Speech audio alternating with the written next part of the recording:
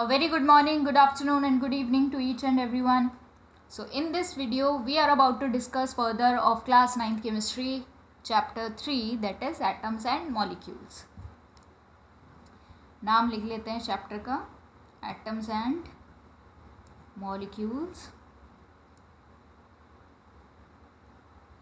ये है पार्ट 4.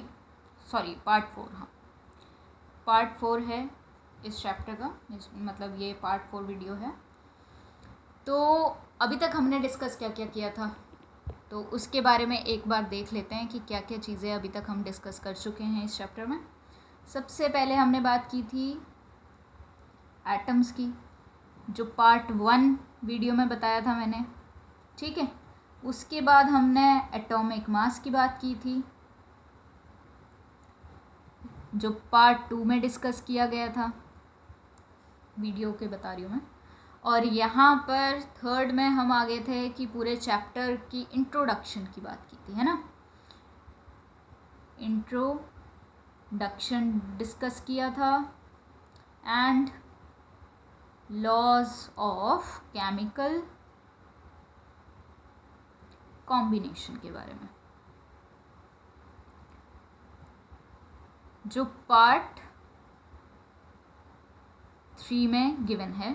अगर आपने अभी तक ये वीडियोस नहीं देखी हैं तो एक बार दोबारा से ये वीडियोस देख लें, क्योंकि बिना इनको देखे आपको आगे समझ नहीं आएगा. और अब अपनी नोटबुक और पेन निकाल लें, क्योंकि आज जो हम डिस्कस करने वाले हैं वो है डाल्टन्स एटॉमिक थ्योरी एंड फिर से हम एटम की बात करने वाले हैं. आप ये समझ लीजिए कि नोट्स के लिए, क्योंकि मैंने आपको फर्स्ट वीडियो में कहा था कि अभी नोट्स नहीं बनाने हैं, है ना, क्योंकि उसमें सिर्फ मैंने आपको एक बेसिक आइडिया दिया था एटम के बारे में. तो अब हम बात कर लेते हैं डाल्टन्स एटॉमिक थ्योरी. ये नया टॉपिक है after the laws of chemical combination के बाद. सो ये आ गया है, हेडिंग कर लिख लेते हैं हम, Dalton's atomic theory. Dalton's atomic theory क्या कहती है? इसकी थ्योरी ये कहता है कि जितने भी आसपास हमारे मैटर हैं, ठीक है, हमारे आसपास जितने भी मैटर हैं वो किससे बने हुए हैं. मैटर जैसे कि एलिमेंट हो गया, कंपाउंड हो गया, मिक्सचर हो गया, ये सारे बहुत छोटे छोटे पार्टिकल से बने हुए हैं, जिनको हम बोलते हैं एटम्स, ठीक है. सो इस बेसिस पर इसने कुछ एजम्पशंस भी की. अब वो एजम्पशंस क्या हैं? एजम्पशंस, या फिर आप ये कह सकते हो ट्रुथ, है ना, पॉस्टुलेट्स दिए. दैट मीन्स मैं ये कहना चाह रही हूँ कि उसने कुछ पॉस्टुलेट्स दिए एटम्स के ऊपर. तो सबसे पहले हम एक बार देख लेते हैं थ्योरी, जो आपको नोट डाउन करना है. According to Dalton's atomic theory, ये जो मैंने अभी आपको बताया कि all matter whether an element, a compound or a mixture is composed of small particles called atoms, ठीक है. जो मैंने अभी आपको बताया कि डाल्टन की एटॉमिक थ्योरी क्या कहती है कि जितने भी मैटर है हमारे आसपास, चाहे वो एलिमेंट है, कंपाउंड है या फिर मिक्सचर है, वो सारे काफ़ी छोटे पार्टिकल से बने हैं, जिनको हम कहते हैं एटम्स, ठीक है. अब डाल्टन ने कुछ पॉस्टुलेट्स भी दिए, तो पॉस्टुलेट्स की बात कर लेते हैं हम. 6 postulates of Dalton's atomic theory. postulates मतलब कंक्लूजन निकालना, डिस्कशन करके, ऑब्जर्व करके चीज़ों को, ठीक है. तो वो ऑब्जर्वेशन क्या है प्रॉपरली, ये देख लेते हैं. postulates क्या हैं? कुछ इसमें assumptions भी होती हैं, ट्रुथ होता है, ये सारा बेसिस एक्सपेरिमेंटल बेसिस होता है, या फिर आप ये कह सकते हो कि कुछ ऐसे फैक्ट्स हैं और डिस्कशन पे, मतलब काफ़ी सारी चीज़ें डिस्कस करके फिर ये पोस्टुलेट्स बनाए गए।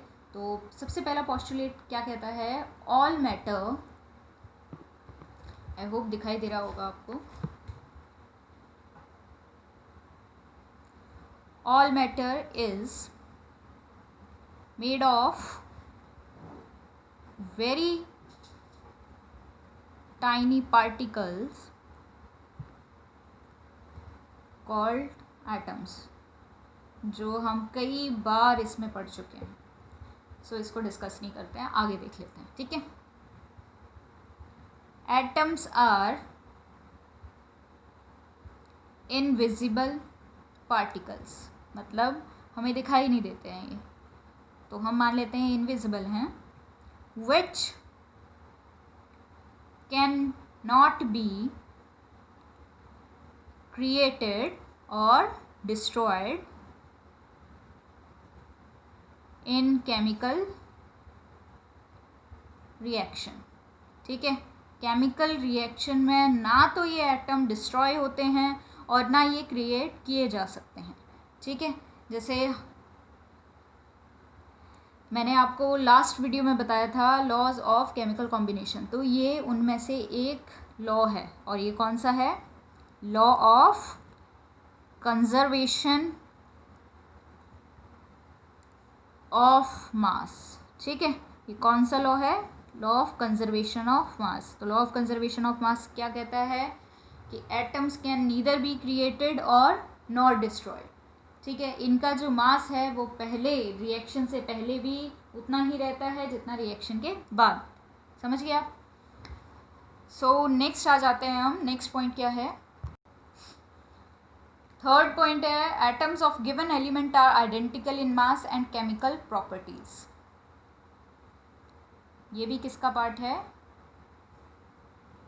Law of conservation of mass का, ठीक है। Atom of given element are identicals, मतलब हर एक एलिमेंट का जो एटम होगा वो अपनी अपनी आइडेंटिकल प्रॉपर्टी लेके चलता है, ठीक है। उसकी अपनी अपनी केमिकल प्रॉपर्टी होती है। आप ये नहीं कह सकते कि सारे एलिमेंट्स के एटम का जो मास है वो इक्वल रहेगा, नहीं, सबका मास अलग होता है। Number of proton, number of neutron, जो आगे मैं आपको बताऊंगी, वो सारे अलग रहते हैं इसमें, ठीक है। अलग तरीके से हर एक एटम, हर एक एलिमेंट का बिहेव करता है, अलग तरीके से बिहेव करता है, ठीक है। सो ये क्या कह रहा है, atoms of given element are identical in mass and chemical properties, उनकी अलग केमिकल प्रॉपर्टीज़ होती है, उनका आइडेंटिकल मास होता है अलग, ठीक है। जो किसको प्रूव करता है, लॉ ऑफ कंजर्वेशन ऑफ मास को। नेक्स्ट पॉइंट आ जाता है atoms of different elements have different masses and chemical properties। देखो ये चीज़ें आपको पता है पहले से ही, क्योंकि ये लास्ट वीडियो में आप पढ़ चुके हो। Atoms of different element have different masses and chemical properties, जो मैंने आपको दोबारा बता दी। सो सॉरी, हमारा फोर्थ पॉइंट है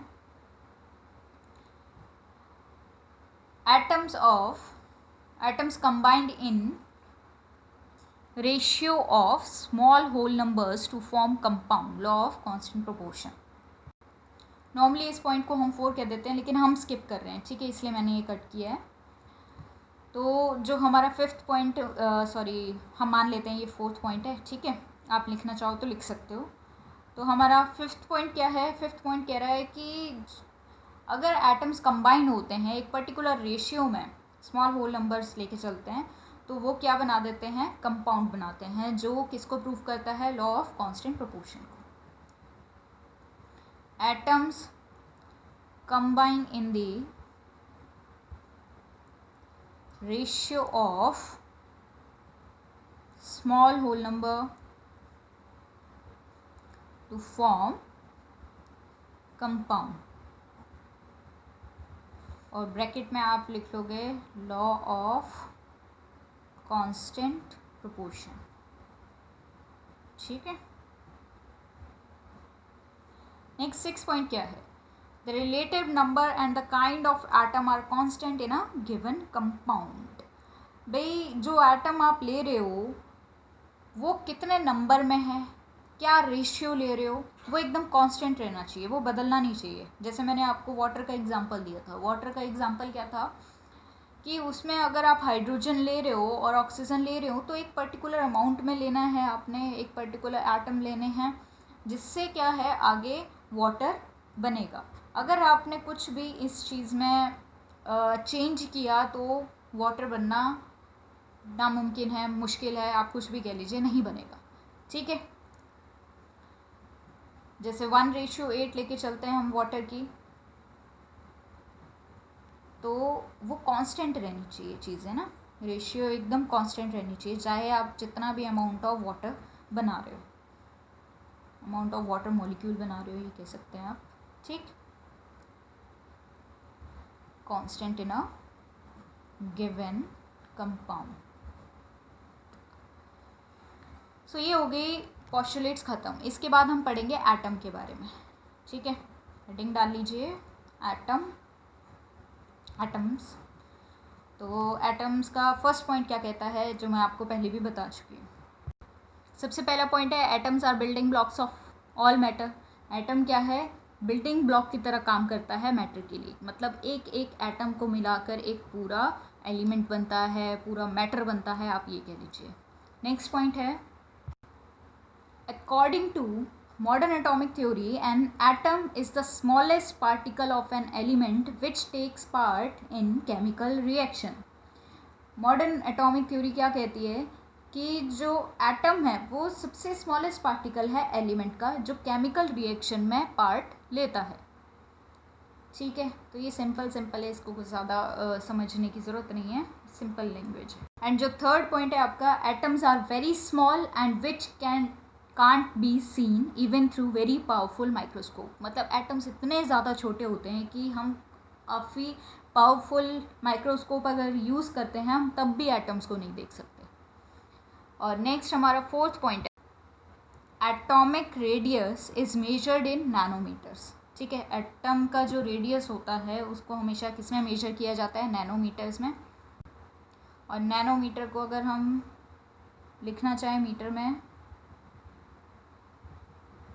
तो ये होता है 10⁻⁻⁹ मीटर। ठीक है, सो दिस इज 1 नैनोमीटर। सो यहाँ पर कुछ एग्जांपल्स ले लेते हैं रेडियाई के, कि किन किन चीज़ों का क्या क्या रेडियाई हो सकता है और नैनोमीटर्स में किस तरीके से लिखते हैं। तो यहाँ डाल लीजिए रेडियाई, मतलब रेडियस इन मैनी नंबर्स, और यहाँ एग्जांपल्स ले रहे हैं हम चीज़ों का कि किस किस का कितना कितना रेडियस हो सकता है।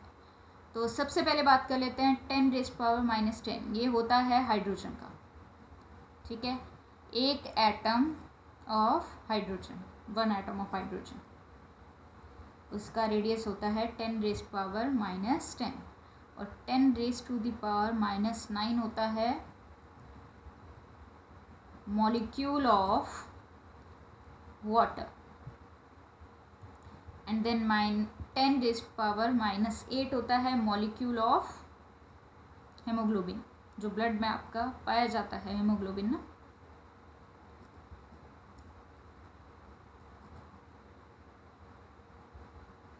एंड 10⁻⁻4 है grain of sand. And 10⁻⁻2 and चीटी। और 10⁻⁻1 है वाटरमेलन का। सो ये हैं कुछ एग्जांपल्स। ये एग्जांपल्स मतलब लर्न करने की ज़रूरत नहीं है, ये जस्ट आपको बताने के लिए किस तरीके से मेजर किया जाता है। यहाँ लिख देंगे हम NM, सॉरी ये मीटर्स है। ठीक है, ये मीटर्स में दे रखा है।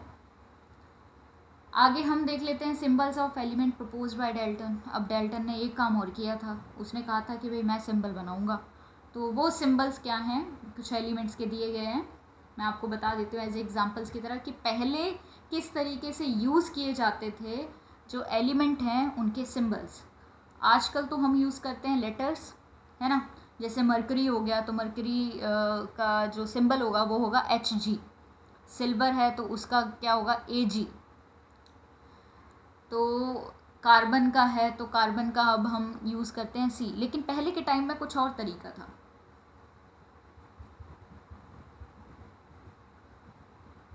Symbols of elements proposed by Dalton. Dalton's ने जो सिंबल प्रपोज किए थे उन एलिमेंट के नाम लिख देते हैं, ठीक है। तो सबसे पहले हम बात कर लेते हैं हाइड्रोजन की, हमारा जाना माना हाइड्रोजन। तो हाइड्रोजन का जो सिंबल यूज़ किया जाता था पहले वो ये था, ये सिंबल है, ठीक है। नेक्स्ट हम बात कर लेते हैं कार्बन। कार्बन का जो सिंबल है वो इस तरीके से यूज़ होता था। यहाँ पे आपने करनी है जस्ट शेडिंग। देखो यहाँ पे मेरे पास पेंसिल तो है नहीं तो फिर इसी से करनी पड़ रही है, तो आप पेंसिल से शेडिंग करेंगे, जस्ट शेडिंग करनी है, ठीक है।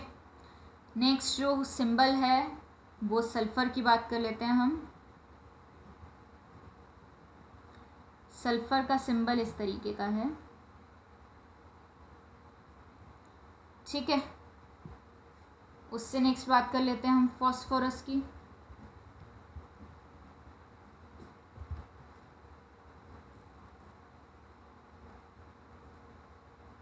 यस, ये सिंबल है फॉस्फोरस का।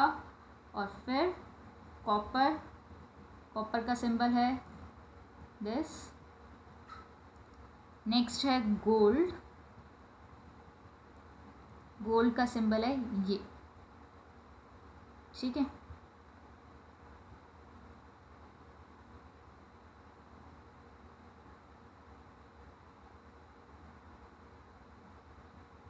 और ये जी लिख दिया हमने। नेक्स्ट बात कर लेते हैं ऑक्सीजन की। जस्ट दिस, एक सर्कल बना दिया, खत्म। देन लेड, लेड का सिंबल है सर्कल में एल। आयरन, सर्कल में लिख दिया हमने आई। सिल्वर का सिंबल है एस। एंड मरकरी, मरकरी का सिंबल है ये,